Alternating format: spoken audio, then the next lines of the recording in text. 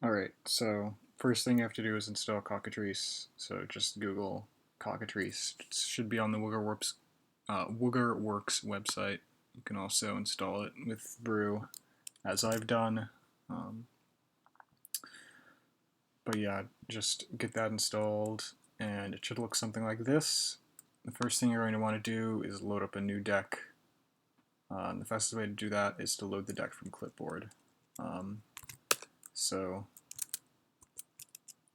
when it pops up, it won't have anything in it, but I have a mono blue Pauper Delver list here, and worth noting, it can interpret your sideboard separately. So I'm just gonna hit enter here, and it's got my main deck and my sideboard over here.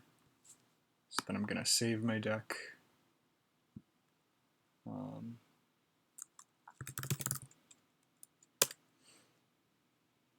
So now once you have your deck, well, first, before you connect, you should register.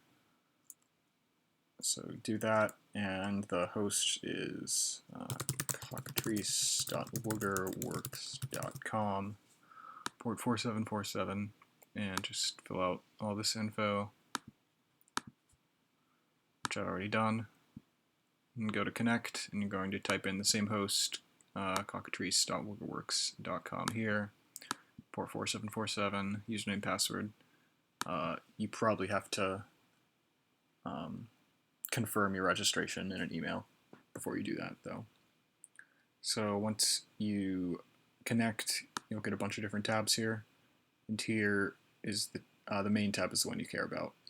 I think initially the filters are really strict, so you probably won't see any games here, but you click filter games here, and this window pops up, and I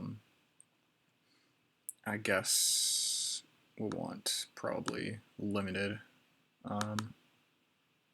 and make sure you show password protected games. Now you can see the games changed. You can see the names and the player who created it, and yeah, you can create games, you can join games, and you can also spectate games if they allow you to do that. So let me just create a game to show some of the in-game controls.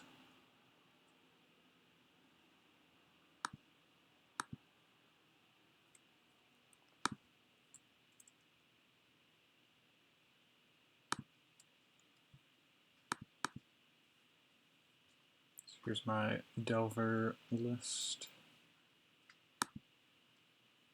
Get ready for start. In a normal game, obviously, your opponent will be taking up the top half. But the first thing, so you can access all of the options in your game by right-clicking on the play field, or like right-clicking on the deck to do deck things. First thing you want to do is draw your opening hand. So do draw cards, 7.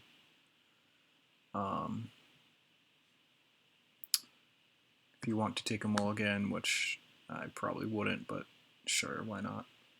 You can do take mulligan.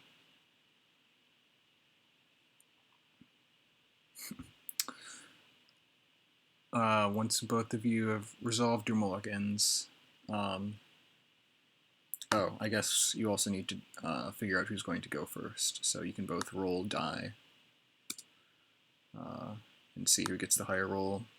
See who goes first. Then the first person who goes, you can see all the phases on the left here, and you can sort of click through them. You don't need to like individually go through each one if they're not relevant. Like on turn 1 here, I would just go island, tap the island, and double click that to cast Ponder. Then I would click my library. Okay, so yeah, most of the library actions, you just right click your library here, Ponder. I'm going to look at the top 3 cards, place them in a different order,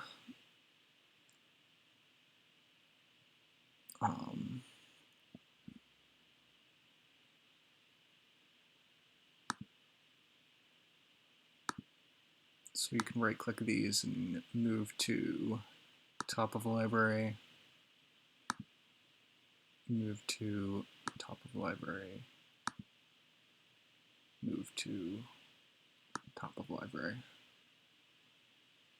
Or you can actually just drag these, I forgot about that, but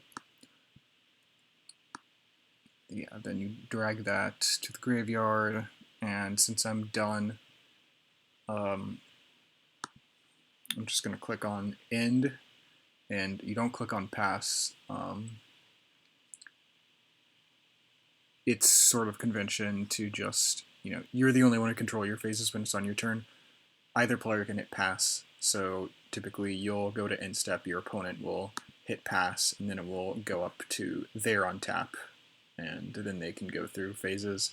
And obviously if there's like a misunderstanding of phase, like maybe your opponent wanted to do something at your on your end step or on your main phase or something, then you'll just have to go back and communicate that. But yeah, you can also double click untap and it'll untap all your permanents, and then double click draw to draw your card. So that's pretty easy.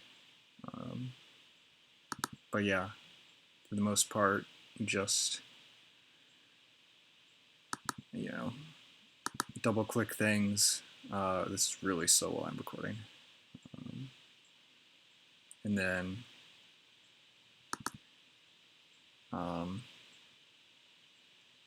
can if you have a trigger or something like this, you can hold right click and point,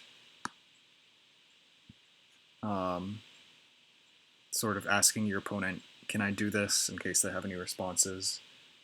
And then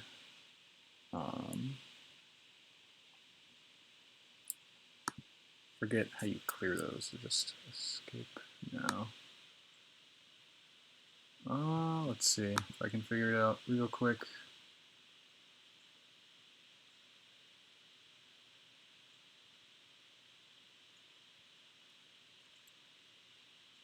I'll try to figure that out. If you go to the next phase, it'll clear it, but there's also definitely a way to get rid of the arrows. If you're talking on voice chat, you probably don't need to bother with the arrows anyway, though. But yeah, just when you're done, go to end step, your opponent hits pass. And that should be pretty much it.